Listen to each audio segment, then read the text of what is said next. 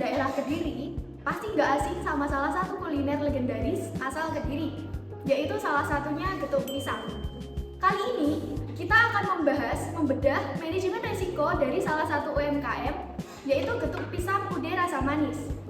Getuk pisang Ude Rasa Manis dimiliki oleh Bapak Mas Sidik yang beralamat di Jalan Corekan Raya Kediri. Usaha ini merupakan usaha turun-temurun yang dirintis dari tanggal 20 Agustus tahun 2000. Getuk pisang ini dibuat secara tradisional dan tanpa menggunakan bahan pengawet.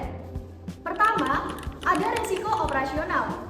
Tantangan terbesar dari getuk pisang Ude Rasa Manis ada pada bahan pengawet alaminya, yaitu daun pisang dan lidi sebagai pengganti stapler. Berdasarkan hasil wawancara dengan Bapak Mas Sidik, selama jenengan produksi niku enten kendala napa mboten bahan baku?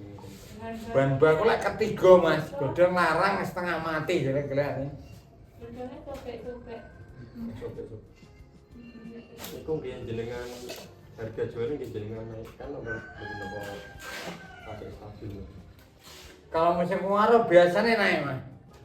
saat musim kemarau, daun pisang sangat langka karena pohon mengering. Kalaupun ada, harganya akan melonjak tajam dan daunnya rapuh. Selain itu, kebersihan daun dan lidi harus ekstra dijaga. Jika kurang steril, akan berakibat pada getuk tradisional ini, yaitu akan berjamur selama kurang dari 24 jam. Kedua, yaitu resiko finansial dan pasar. Kelangkaan daun pisang saat kemarau otomatis menaikkannya biaya produksi dan mengancam margin keuntungan. Belum lagi, persaingan ketat di sepanjang pusat oleh-oleh Kediri. Jika pasokan daun macet, getuk pisang Ude Rasa Manis terancam stock out atau gagal memenuhi permintaan pasar saat musim liburan. Dari analisis ini, kita bisa klasifikasikan bahwa kelangkaan daun pisang di musim kemarau dan resiko produk cepat basi berada pada tingkat resiko ekstrim karena memiliki dampak langsung terhadap kelangsungan produksi. Lalu apa solusinya? Getuk pisang Ude Rasa Manis bisa menerapkan strategi mitigasi. Yang pertama, membangun kemitraan dengan petani luar daerah yang pasokan airnya stabil. Yang kedua, melakukan standarisasi, sterilisasi daun dan lidi. Yang ketiga yaitu dengan manajemen resiko yang tepat, keautentikan getuk pisang tradisional akan tetap terjaga. Decision Tree dan EMV merupakan dua metode yang saling melengkapi dan membantu mengambil keputusan bisnis. Decision Tree digunakan untuk menggambarkan berbagai alternatif keputusan yang dapat dipilih beserta kemungkinan hasil yang akan diperoleh, sehingga pemilik usaha dapat memahami risiko dan peluang dari setiap pilihan secara lebih sistematis. Sementara itu, EMV digunakan untuk menghitung nilai harapan keuntungan dari setiap alternatif dengan mempertimbangkan probabilitas terjadi setiap kondisi, sehingga keputusan yang diambil tidak hanya berdasarkan intuisi, tetapi juga didukung oleh perhitungan yang rasional. Pada usaha getuk pisang Ude Rasa Manis di Kediri, penerapan Decision Tree dan EMV dapat membantu pemilik usaha dalam menentukan strategi pengembangan, seperti memperluas pemasaran melalui marketplace, menambah kapasitas produksi, membuka cabang baru, dan mempertahankan kondisi usaha saat ini. Dari perhitungan EMV, pada keuntungan sebesar 98 juta, sehingga dapat dijadikan sebagai alternatif yang paling menguntungkan berdasarkan data yang tersedia. Meskipun demikian, hasil analisis Decision Tree dan EMV tidak dapat dijadikan sebagai jaminan bahwa keputusan tersebut akan selalu menghasilkan keuntungan, karena peluang dan kondisi usaha dapat berubah sewaktu-waktu akibat perubahan permintaan pasar, kenaikan harga bahan baku, sehingga usaha maupun faktor ekonomi lainnya. Selain itu, metode EMV hanya berfokus pada aspek finansial sehingga belum memperhitungkan faktor non-finansial seperti kepuasan pelanggan, kualitas produk, loyalitas konsumen, citra merek, serta nilai budaya yang dimiliki oleh getuk pisang putih rasa manis. Oleh karena itu, penggunaan Decision Tree dan EMV sebaiknya dipadukan oleh pengalaman pemilik usaha, kondisi pasar, serta mempertimbangkan strategis lainnya. Dengan demikian, keputusan yang diambil akan menjadi lebih objektif, terencana, dan mampu mendukung keberlangsungan serta pengembangan usaha getuk pisang putih rasa manis dalam menghadapi berbagai risiko dan peluang bisnis di masa yang akan datang. Dalam menghadapi ketidakpastian bisnis, getuk pisang putih rasa manis menggabungkan pemanfaatan artificial intelligence (AI) dan kearifan lokal untuk mengurangi berbagai resiko usaha sekaligus menjaga kualitas produk. Yang pertama yaitu pendekatan resiko berbasis artificial intelligence atau AI. Yang pertama, mitigasi resiko pasokan. AI digunakan untuk menganalisis data cuaca dan harga bahan baku, sehingga potensi kelangkaan pisang dapat diprediksi lebih awal dan persediaan dapat dipersiapkan. Yang kedua yaitu mitigasi risiko finansial. Aplikasi pembukaan berbasis AI membantu memisahkan keuangan usaha dan pribadi melalui pencatatan otomatis dari nota digital. Yang ketiga yaitu mitigasi risiko pasar. Generatif AI dimanfaatkan untuk membuat konten promosi di Instagram dan TikTok guna memperluas pasar dan menjaga penjualan saat permintaan menurun. Yang kedua yaitu ada pendekatan risiko berbasis kearifan lokal. Yang pertama yaitu menjaga mutu produk. Penggunaan daun pisang sebagai kemasan alami membantu mempertahankan cita rasa, memperpanjang daya simpan tanpa pengawet, serta menjaga kepercayaan konsumen.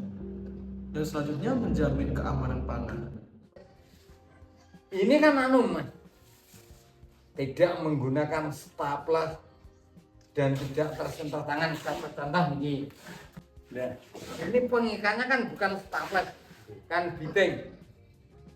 Jadi amat sangat tradisional. Penutup kemasan menggunakan semat lidi yang bambu yaitu kalau bahasa Jawanya biting, menggantikan staples besi sehingga menghindari resiko kontaminasi karat maupun bahaya fisik pada produk.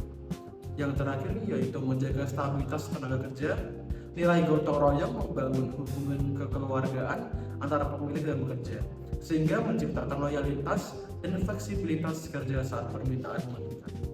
Selanjutnya, perbandingan teori dan kondisi lapangan. Yang pertama ada dari segi produksi. Secara teori, produksi seharusnya menggunakan teknologi modern agar lebih efisien. Namun, di lapangan, proses masih tradisional dan melibatkan keluarga. Bahkan dimulai dari jam 3 dini hari untuk pengolahannya. Meskipun begitu, cara ini mampu menjaga kualitas dan cita rasa produk. Yang kedua yaitu dari segi pemasaran. Teori menyarankan menggunakan digital marketing. Target pasar, Pak. Target pasar kirim toko-toko. Pakai agen-agen toko ngoten niku. Nggih. Semua toko oleh. Pemasaran nih Pak, jenengan jualnya nggih namung toko-toko mawon atau online? Nggih wonten lewat Google Map, lewat nopo kan. Tetapi pada kenyataannya pemasaran masih dilakukan secara sederhana, mulai dari jualan keliling hingga ke outlet oleh-oleh. Promosi juga masih mengandalkan relasi dan dari mulut ke mulut. Yang ketiga, dari segi sumber daya manusia. Dalam teori, tenaganya harus profesional, namun di lapangan, tenaga kerja masih berasal dari keluarga dan beberapa karyawan dengan suasana kerja yang masih berkeluarga. Karyawan teng mriki niku jenengan ibu mawon apa ngeten? Musiman Mas. Ya sifatnya musiman itu kalau hari libur seperti hari Sabtu Minggu itu ya ada yang bantu. Yang keempat, dari segi bahan baku. Secara teori, bahan baku harus mudah dan stabil. Namun, kenyataannya bahan baku masih harus mencari dari luar kota dan terkadang sulit untuk didapatkan. Ini enten supaya gambar nih Pak. Mboten nggih. Gedang gula. Gula arepan ini ada sak mbok. Godhong niku pun enten bakuli dhewe. Yang kelima, yaitu dari segi kewirausahaan, Pak Marsidik menunjukkan sikap pantang menyerah, berani mengambil resiko, dan terus berusaha sehingga usahanya bisa berkembang sampai sekarang. Berdasarkan perbandingan teori manajemen dengan kondisi lapangan, Budi Rasa Manis memiliki keunggulan pada pengalaman usaha, kualitas produk, dan hubungan kekeluargaan. Namun, masih terdapat beberapa kesenjangan dengan praktik manajemen modern sehingga diperlukan strategi mitigasi yang realistis dan sesuai kondisi usaha. Yang pertama dari aspek produksi, dengan cara menyusun SOP sederhana, melakukan pelatihan rutin, dan pengendalian kualitas agar mutu produk tetap konsisten. Yang kedua dari aspek pemasaran, dengan cara memanfaatkan digital marketing, media sosial, marketplace, serta memperkuat branding untuk memperluas jangkauan pasar. Yang ketiga dari aspek sumber daya manusia, dengan cara memberikan perhatian berkala dan memperjelas pembagian tugas tanpa menghilangkan budaya kekeluargaan. Selanjutnya dari aspek bahan baku dan rantai pasok, dengan cara memperluas jaringan pemasok, menjalin kerjasama dengan petani, dan mengelola persediaan untuk mengurangi risiko kekurangan bahan baku. Dan yang terakhir dari aspek kewirausahaan, dengan meningkatkan inovasi produk, memperbaiki kemasan, memanfaatkan teknologi digital, serta mengikuti pelatihan UMKM untuk meningkatkan daya saing. Berdasarkan hasil observasi, getuk pisang Budi Rasa Manis memiliki potensi usaha yang kuat karena mampu mempertahankan kualitas getuk pisang, memiliki pengalaman usaha yang panjang, serta menjunjung tinggi nilai kekeluargaan dan kearifan lokal. Meskipun demikian, masih terdapat beberapa risiko pada aspek produksi, pemasaran, SDM, dan rantai pasok yang perlu dikelola dengan lebih baik.